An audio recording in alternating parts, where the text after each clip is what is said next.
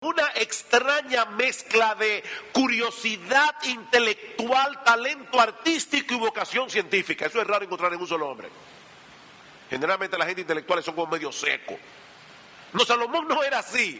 Salomón tenía una extraña mezcla de curiosidad intelectual, talento artístico y vocación científica. Dice en Primera de Reyes capítulo 4 versículo 29: y dio Dios a Salomón sabiduría y prudencia muy grandes y anchura de corazón como la arena que está a la orilla del mar. Era la sabiduría de Salomón más que la de todos los orientales y que toda la sabiduría de los egipcios, y compuso 1000 proverbios y sus cantares fueron 1005. Nosotros conocemos el cantar de los cantares, pero él compuso más de 1000 cantares. Era un poeta Salomón. También disertó sobre los árboles, desde el cedro del Líbano hasta el hisopo que nace en la pared. Asimismo disertó sobre los animales, sobre las aves, sobre los reptiles, sobre los peces. Y para oír la sabiduría de Salomón venían de todos los pueblos y de todos los reyes de la tierra donde había llegado la fama de su sabiduría. No había hombre sobre la tierra en aquellos días que igualara a Salomón en conocimiento, y él lo sabía. Por eso decidió hacer uso de su formidable capacidad intelectual para entender por sí mismo el sentido de las cosas. Versículo 13: y di mi corazón a inquirir y a buscar con sabiduría sobre todo lo que se hace debajo del cielo. Estas dos palabras, inquirir, buscar, nos indica que este no fue un trabajo que Salomón tomó a la ligera. Él estaba determinado a entender la vida como un todo, no como algo fragmentado. Es muy típico encontrar a un profesional que sabe mucho de su carrera, pero casi nada acerca de todo lo demás. ¿Han visto gente así? Si son abogados, saben de derecho. Si son médicos, saben de medicina, pero no saben de nada más. Ese no fue el caso de Salomón. Como hemos visto ya, Salomón puede ser descrito como un hombre renacentista, cientos de años antes del Renacimiento. Él trató de conocer tanto como fuera posible, de tantas cosas como fuera posible. A Salomón le interesaba todo, todo. Como bien ha dicho alguien, su búsqueda fue intensa y extensa. Intensa y extensa, de manera que sus conclusiones pudieran ser lo más definitivas que fuera posible. Él trató de adquirir todo el conocimiento que un ser humano puede alcanzar sobre todo lo que se hace debajo del cielo, dice en el versículo 3, pero sin la ayuda de Dios y de su revelación. Ahí está la clave. ¿Qué tanto puede entender un hombre de la vida sin la ayuda de Dios?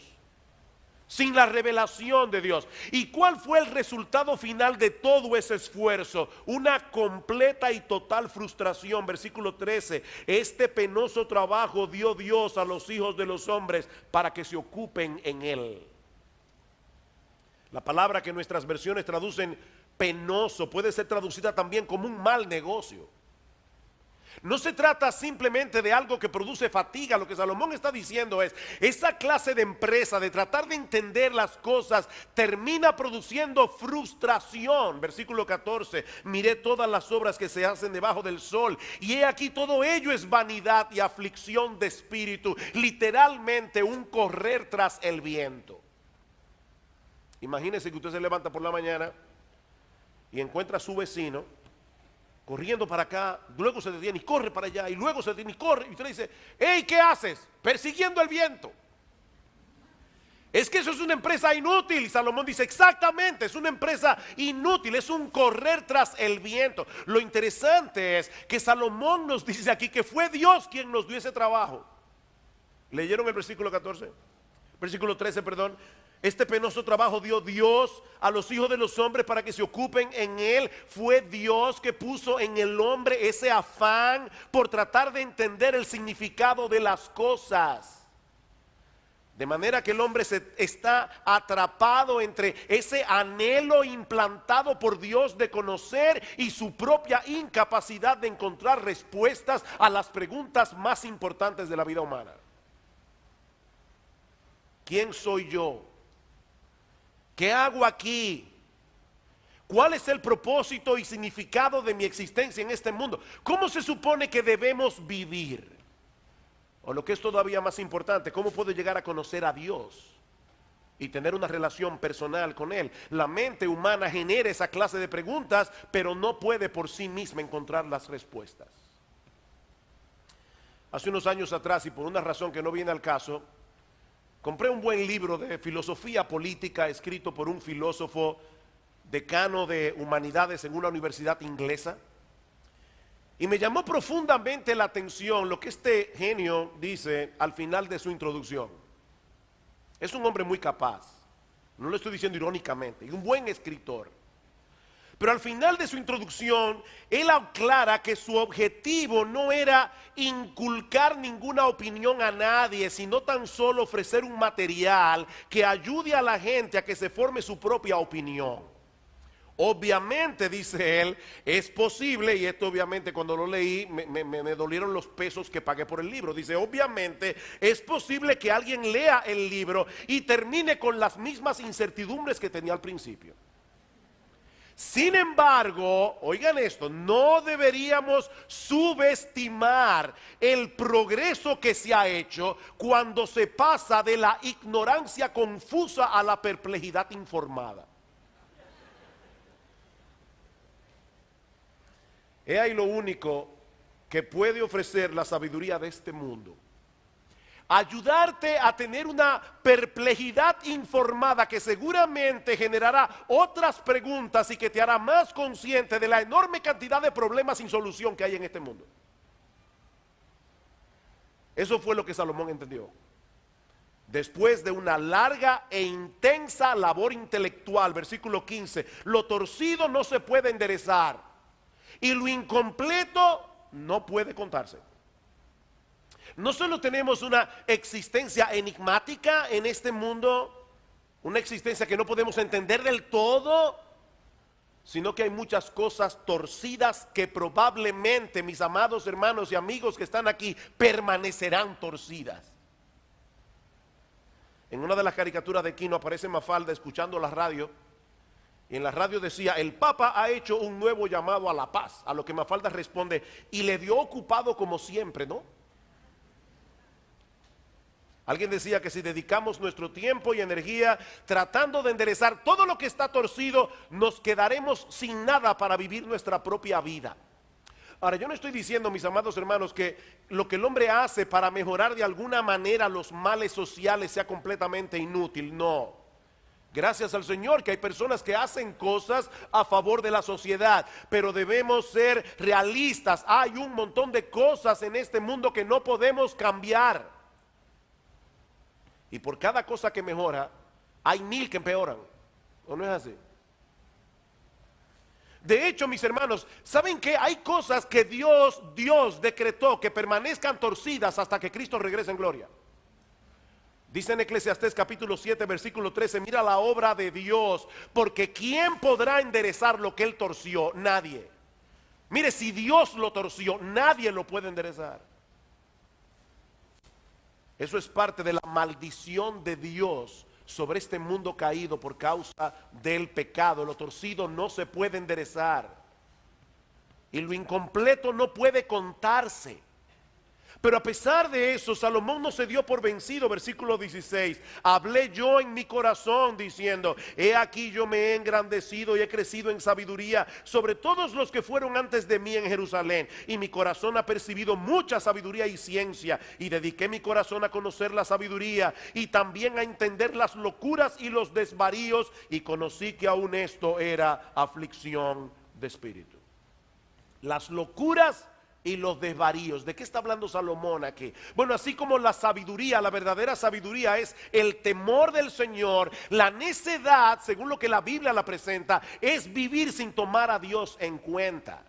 De manera que lo que Salomón está diciéndonos aquí es que él quiso investigar a fondo ambos estilos de vida, el estilo de vida del sabio, el estilo de vida del necio, para hacer un contraste. Pero a la larga entendió que aún la adquisición de esa clase de conocimiento era más frustrante que satisfactoria. Versículo 17, conocí que aún esto era aflicción de espíritu. No fue el fracaso de su empresa lo que hizo a Salomón sentir frustrado. frustrado, perdón, fue el hecho de haber tenido éxito. O sea, Salomón está diciendo, ya conseguí lo que quería, entendí muchas cosas, ¿y ahora qué? ¿Soy más feliz por eso? ¿Comprendo mejor el propósito de mi existencia en este mundo? No, más bien he descubierto que en la medida que aumenta el conocimiento, también aumentan los problemas. Versículo 18, porque en la mucha sabiduría hay mucha molestia, y quien añade ciencia añade dolor, literalmente añade irritación. Alguien tradujo este versículo, mientras más entiendes, más te duele. Perseguir el conocimiento sin perseguir a Dios usualmente lleva a un camino de mucha frustración. ¿Ustedes se han dado cuenta que muchos de los hombres inteligentes de este mundo son los más cínicos y los más pesimistas? Son la gente más amargada del planeta muchas veces. Y no es que haya nada de malo en el conocimiento y la sabiduría per se. De hecho, el mismo autor de Eclesiastés nos dirá más adelante, y lo veremos la semana que viene, que la sabiduría sobrepasa la necedad como la luz a las tinieblas. Es mejor ser un sabio que ser un necio, relativamente hablando. Pero perseguir la sabiduría como un fin en sí misma, pensando que de ese modo vamos a dar sentido a nuestra existencia en este mundo y tener una vida más plena y feliz, tarde o temprano termina en frustración. A medida que aumenta el conocimiento, más se apercibe el hombre de las cosas que están mal en esta vida y más se da cuenta de las cosas que no sabe. Decía Joan Manuel Serrat en una de sus canciones, andar y andar buscando verdades para encontrar siempre otra pregunta, ir y venir y no llegar nunca. Esa es la vida del hombre sobre la tierra. Mientras más sabes, más cuentas te das de lo que no sabes y de que hay muchas cosas que tú ni siquiera sabes que no sabes. Nuestra ignorancia es tan grande que hay muchas cosas que nosotros ignoramos que ignoramos. No sabemos que no las sabemos. Usted ve, pastor, por eso es que yo no me afano buscándole las 5 patas al gato. Yo soy una gente simple que prefiere gozar de la vida todo lo que pueda mientras pueda. Esa es mi filosofía de vida. Bueno, si es así como tú piensas, escucha lo que dice Salomón al respecto, porque él también probó con ese estilo de vida. Capítulo 2, versículo 1. Dije yo en mi corazón, ven ahora, te probaré con alegría y gozarás de bienes, mas he aquí esto también era vanidad. Salomón trató de encontrar en el placer lo que no encontró en el estudio. Pero también descubrió que esa era otro callejón sin salida. No porque el placer fuera malo en sí mismo. Hermanos, a veces los cristianos tienen una mala concepción del placer. Fue Dios quien hizo al hombre con la capacidad de disfrutar de su creación. La vaca come hierba. Ellas no distinguen entre un postre sofisticado y cualquier otro tipo de comida, pero Dios le dio al hombre papilas gustativas con miles de terminaciones nerviosas para que nosotros podamos degustar la comida y decir, me gusta esto, no me gusta esto, lo disfruté. Es Dios que creó al hombre con la capacidad de disfrutar. Y nos ha provisto de un montón de cosas en este mundo en las que nosotros podemos deleitarnos legítimamente. Una de las obras de C.S. Lewis que yo recomiendo de todo corazón son las cartas del diablo a su sobrino, donde aparece un demonio más experimentado que está entrenando a su sobrino inexperto para que llegue a ser mejor su malévolo trabajo de apartar a los hombres de Dios. Y en una de las cartas, esto vale la pena escucharlo con atención, escuchen lo que le dice este diablo más experimentado a su sobrino. Nunca olvides que cuando estamos tratando cualquier placer en su forma sana, normal y satisfactoria, estamos en cierto sentido en el terreno del enemigo, es decir, en el terreno de Dios. Ya sé que nosotros hemos conquistado muchas almas por medio del placer, pero de todas maneras el placer es un invento suyo, le dice el diablo al otro. Cuidado, el placer es un invento suyo, no nuestro. Él creó los placeres. Todas nuestras investigaciones hasta ahora no nos han permitido producir ni uno. Todo lo que podemos hacer es incitar a los humanos a gozar los placeres que nuestro enemigo ha inventado en momentos o formas o grados que él ha prohibido. El diablo no puede inventar placeres, él no tiene esa capacidad. Eso lo hizo Dios. Pablo dice en 1 Timoteo capítulo 6 versículo 17 que Dios nos da todas las cosas en abundancia. ¿Para qué, hermanos? Para que las disfrutemos. Así que el problema no está en el placer, sino en hacer del placer el fin de nuestra existencia. El problema está en tratar de encontrar en los deleites de este mundo lo que solo Dios puede dar. El que vive para el placer siempre se enfrenta con el mismo dilema. Si no consigue lo que busca, se frustra. Y si lo consigue, se aburre. Es un callejón sin salida. No importa cuánto uno pueda satisfacer sus deseos, nuestra carne siempre pide más. Siempre. Eso fue lo que Salomón descubrió luego de experimentar ampliamente con todas las cosas divertidas de este mundo. Versículo 2, a la risa dije, enloqueces, y al placer, ¿de qué sirve esto? Mis hermanos, fue Dios el que diseñó los músculos de la cara para que uno se pudiera reír. Es bueno reírse, es bueno, pero tomarlo todo a la ligera y vivir de frivolidad en frivolidad, tarde o temprano pervierte el carácter del hombre. Es en ese sentido que Salomón usa la palabra enloquecer aquí. Él no está hablando de locura mental, como bien señala un comentarista. Esta expresión no señala una anomalía mental, sino una perversión moral. Mis hermanos, tomarlo todo a chiste no es un chiste. Aparte de que el mucho reír tampoco nos ayuda en la búsqueda del propósito de nuestra existencia, ni el mucho reír es sinónimo de felicidad. Cuando yo era niño, mi madre recitaba muy a menudo, solía recitar un poema de Juan de Dios Peza, que probablemente muchos de ustedes han escuchado alguna vez. Este poema termina diciendo: ay, cuántas veces al reír se llora, nadie en lo alegre de la risa fíe, porque en los seres que el dolor devora, el alma llora cuando el rostro ríe. El carnaval del mundo engaña tanto que las vidas son breves mascaradas. Aquí aprendemos a reír con llantos y también a llorar con carcajadas. Miren, si el placer y la felicidad fueran la misma cosa, pocas personas serían más felices que los actores y actrices de Hollywood. Esa gente tiene lo que muchos quisieran tener: fama, dinero, posibilidades casi ilimitadas de satisfacer todos sus caprichos y todos sus deseos, y son la gente más desgraciada del planeta. Viven de psiquiatra en psiquiatra, de terapia en terapia, de divorcio en divorcio.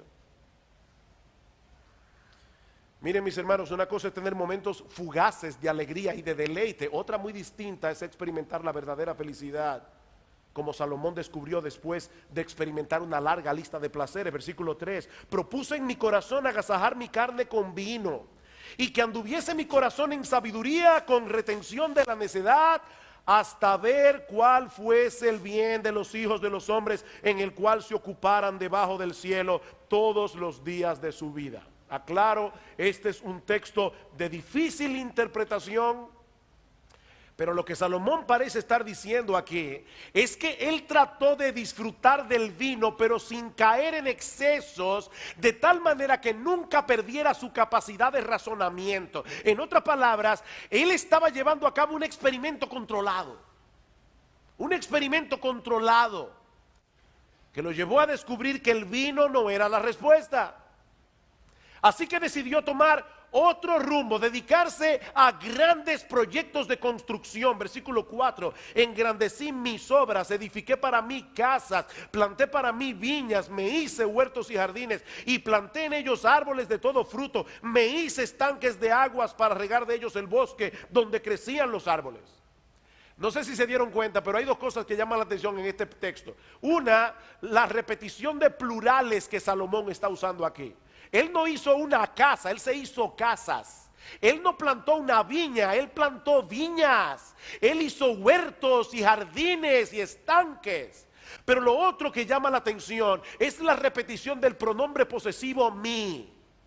Él no estaba haciendo obras públicas para el deleite de Jerusalén. Él estaba haciendo obras para él. Yo me hice casas, yo me hice estanques, yo me hice huertos. Salomón trató de reproducir el huerto del Edén en la tierra, construir su propio paraíso terrenal. Y tenía el dinero para hacerlo.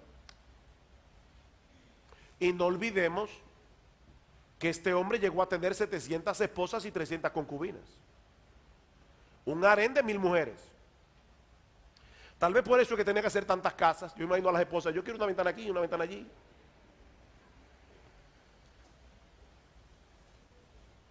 Y no contento con eso, Salomón comenzó a acumular posesiones y riquezas como ningún otro hombre ha logrado jamás. Versículo 7, compré siervos y siervas, tuve siervos nacidos en casa, también tuve posesión grande de vacas y de ovejas, más que todos los que fueron antes de mí en Jerusalén. Me amontoné también plata y oro. Dice en Primera de Reyes que el oro y la plata en los días de Salomón eran tan comunes como piedras. Y tesoros preciados de reyes y de provincias. Me hice de cantores y cantoras, de los deleites de los hijos de los hombres y de toda clase de instrumentos de música. Y fui engrandecido y aumentado más que todos los que fueron antes de mí en Jerusalén. A más de esto conservé conmigo mi sabiduría. No negué a mis ojos ninguna cosa que desearan, ni aparté mi corazón de placer alguno, porque mi corazón gozó de todo mi trabajo y esta fue mi parte de toda mi faena. Si Salomón hubiese vivido en el día de hoy, seguramente habría aparecido más de una vez en la portada de la revista Fortune como uno de los hombres más ricos del mundo. Ya yo me imagino en la revista Architecture Digest, en la casa de Salomón, y los jardines de Salomón, y los estanques de Salomón. Hubiera sido un hombre famoso. Ahora, hermanos, seamos honestos por un momento. Vamos a ser honestos aquí, con tu propia conciencia. ¿De verdad nunca te ha pasado por la cabeza que si tú tuvieras por lo menos algo de la porción que tienen los hombres como Salomón, tú serías un poco más feliz? Claro, para ser, ¿verdad? No pasarnos de la raya sin las mujeres, sin las esposas y las concubinas. Decía un cómico argentino, ¿ustedes creen que esas personas que tienen casas, yates, aviones, son felices? Porque a mí me da la impresión de que sí, dice él. A veces uno le da la impresión de que sí, de que son felices, de que viven vidas súper wow. Y uno cogiendo lucha. Es por eso que Dios nos advierte en su palabra contra los deseos de la carne, los deseos de los ojos, la vanagloria de la vida. El salmista le oraba al Señor en el Salmo 119, aparta mis ojos que no vean la vanidad, avívame en tus caminos. Pero Salomón no hizo caso de esas advertencias. Él no se negó a sí mismo ninguno de sus deseos. ¿Y saben lo que descubrió al final? Versículo 11. Miré yo luego todas las obras que habían hecho mis manos y el trabajo que tomé para hacerlas, y he aquí todo era vanidad y aflicción de espíritu y sin provecho debajo del sol. Después de haber construido su propio paraíso terrenal, Salomón llegó a la conclusión de que eso también era vanidad, era un correr tras el viento, dice el texto literalmente. Ni el vino, ni las posesiones, ni la risa, ni las mujeres, ni la música le dieron a Salomón la satisfacción que él buscaba. Un escritor norteamericano llamado Greg Easterbrook escribió un libro publicado en el 2003 titulado La paradoja del progreso. Pero lo interesante de este libro es el subtítulo. El subtítulo de este libro es ¿Cómo la vida mejora mientras la gente se siente peor? ¿Cómo la vida mejora mientras la gente se siente peor? Easterbrook se basa en una serie de estadísticas para probar que los norteamericanos se encuentran hoy en una situación bien extraña. En términos de posesiones materiales y de tiempo disponible, están mejor que nunca, si son más infelices que nunca. Eso fue lo que Salomón entendió, finalmente. Después de todo lo que había hecho y experimentado, Salomón parece haberse preguntado lo mismo que Peggy Lee: ¿es esto todo lo que hay? ¿Ustedes han visto los niños en Navidad? Nosotros desde hace muchos años nos reunimos toda la familia en Navidad para dar a nuestros hijos los regalos de Navidad. Todos los tíos, cada uno a los otros.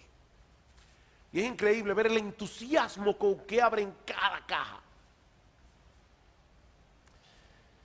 Muchos de esos regalos terminan tirados y olvidados en algún rincón de la casa, tarde o temprano.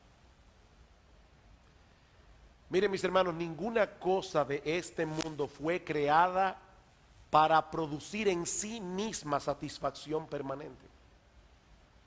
Y eso nos lleva a la gran enseñanza de este pasaje, que es la gran enseñanza del libro de Eclesiastés. Si todo el conocimiento que podemos alcanzar debajo del sol y todos los placeres que podemos experimentar no satisfacen realmente, debe ser porque lo verdaderamente satisfactorio no se encuentra aquí. A donde te quiere llevar Salomón es a que tú entiendas que lo verdaderamente satisfactorio no se encuentra en este mundo. Permítanme citar otra vez a C.S. Lewis en su libro Mero Cristianismo. Lewis dice que muchas personas encuentran difícil desear el cielo. Claro, hay mucha gente que quiere vivir para siempre, pero yo me refiero, y él también, al cielo tal como la Biblia describe el cielo. Muchas personas encuentran difícil desear el cielo, y dice él esto por dos razones. La primera es que hemos sido entrenados para fijar nuestras mentes en las cosas de este mundo. La segunda es porque no somos capaces de reconocer el deseo del cielo que todos llevamos dentro. Y ahora escuchen lo que él dice. La mayoría de las personas, si realmente hubieran aprendido a mirar dentro de sus corazones, sabrían que sí desean y desean intensamente algo que no puede obtenerse en este mundo. Hay toda clase de cosas en este mundo que ofrecen darnos precisamente eso, pero no acaban de cumplir su promesa. El deseo que despierta en nosotros cuando nos enamoramos por primera vez. ¿Tú recuerdas eso si te ha pasado alguna vez? O cuando nos interesamos en algún país extranjero o en algún tema que nos entusiasma. Ese es un deseo que ninguna boda, ningún viaje, ningún conocimiento puede realmente satisfacer. Dice él, hubo algo que percibimos en esos primeros momentos del deseo que simplemente se esfuma en la realidad. Tú estabas deseando eso intensamente, de repente lo tienes y es como si se esfumara en tus manos. Por lo menos no con la misma intensidad con que lo deseaste al principio.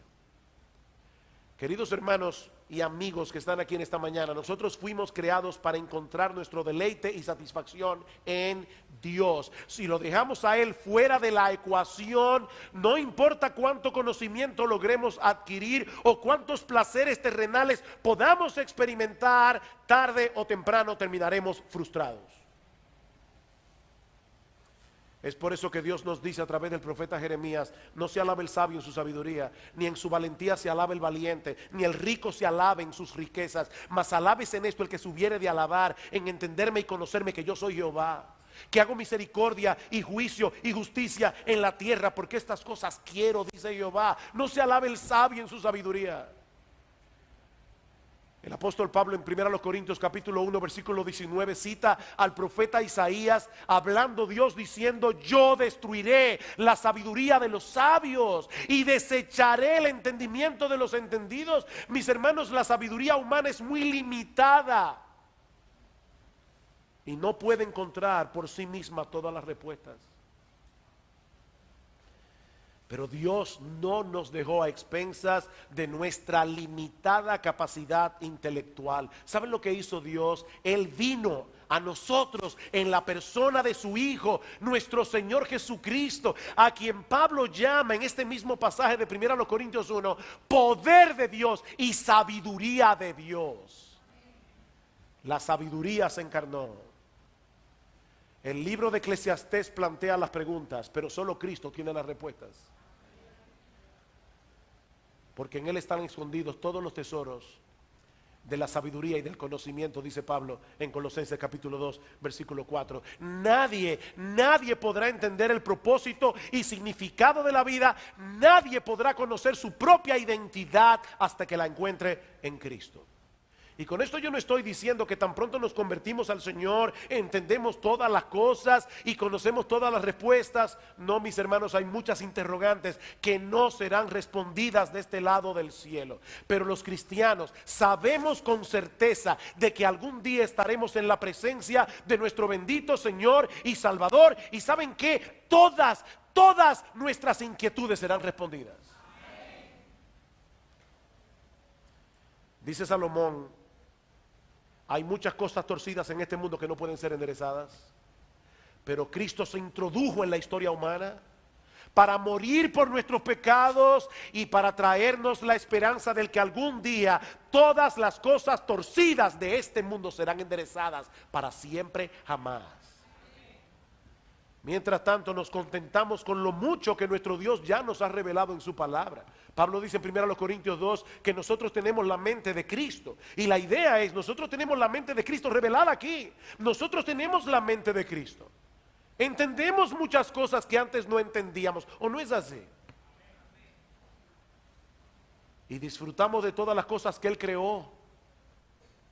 No para que se conviertan en un sustituto de Dios, sino para que lo disfrutemos a Él al disfrutar de esas cosas. Dios quiere que nosotros lo disfrutemos a Él disfrutando la cosa que Él creó. Pablo dice en 1 Timoteo 4:1 que en los postreros tiempos algunos apostatarán de la fe, escuchando a espíritus engañadores y a doctrinas de demonios, por la hipocresía de mentirosos que, teniendo cauterizada la conciencia, prohibirán casarse, mandarle a un hombre que permanezca célibe para servirle a Dios, obligarlo a quedarse célibe cuando no tiene el don de continencia. Eso no es ser más santo. Pablo le llama doctrina de demonios. Y mandarán abstenerse de alimentos que Dios creó para que con acción de gracia participasen de ellos los creyentes y los que han conocido la verdad, porque todo lo que Dios creó es bueno y nada es de desecharse si se toma con acción de gracias. Mis hermanos, déjenme hacerles una pregunta. ¿Acaso no fue Dios el que creó la vid con la capacidad de aspirar agua a través de sus raíces y con la ayuda del sol convertir el agua en jugo y luego fermentarse para convertirse en vino? ¿Quién creó ese mecanismo? Fue Dios. Así que a través de la historia, ¿saben que Dios ha estado convirtiendo el agua en vino un montón de veces? Es Dios el que lo hace, pero los hombres prefieren atribuir esa clase de placeres a un proceso natural y así desconectarlo de la bondad de Dios y poder abusar del vino a su antojo. Pero entonces vino Cristo y en las bodas de Caná dejó el asunto al descubierto. Y como bien dice alguien, ese milagro de las bodas de Caná no ha cumplido por completo su propósito si solo nos enseña que Jesús es Dios. Tendrá el efecto completo si donde quiera que veamos un viñedo o bebamos un vaso de vino, recordamos que en ambos casos está obrando aquel que estuvo sentado en la fiesta de la boda de Caná. No, Cristo no convirtió el agua en vino únicamente en la boda de Caná. Él ha estado haciendo eso desde la época de Noé. Lo que él hizo en la boda de Caná fue acelerar el proceso y eso es un milagro. Queridos hermanos, la respuesta cristiana al placer desenfrenado y destructivo no es el monasticismo. Dios no quiere que nos convirtamos en monjes. La respuesta del cristianismo no es el legalismo. La respuesta del cristianismo es el disfrute de las cosas creadas dentro del parámetro establecido por Dios, y recordando en todo momento que solo Cristo puede satisfacer plena y permanentemente los anhelos más profundos del alma. Solo Él, nadie más.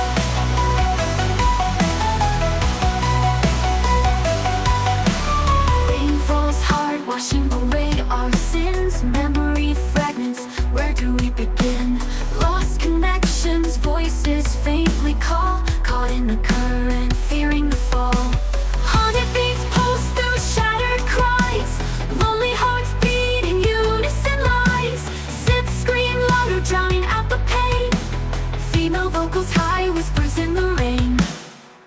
We dance with ghost shadows beneath neon, anchored to the past, future already gone. Can't escape the pull, dark thoughts intertwined. Melodies fade out in the silence we find.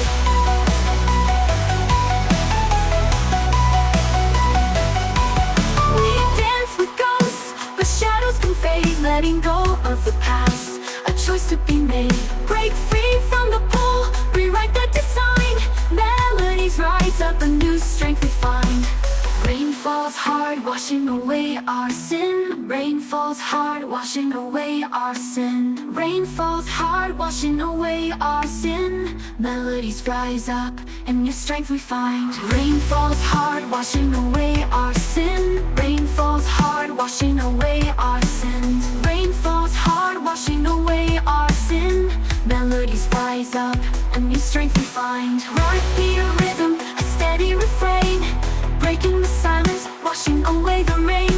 Hope ignites a spark, a fire in our eyes. Together we'll rise under brighter skies. We dance with ghost shadows beneath neon, anchored to the past, future already gone.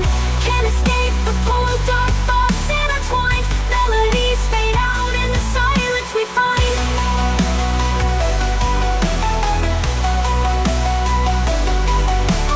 Sunrise paints the building streaks of gold, a chance to break free, a story untold. Maybe this heartache won't hold me so tight. Maybe a new day can set things right. Haunting beats pulse through the steady refrain, letting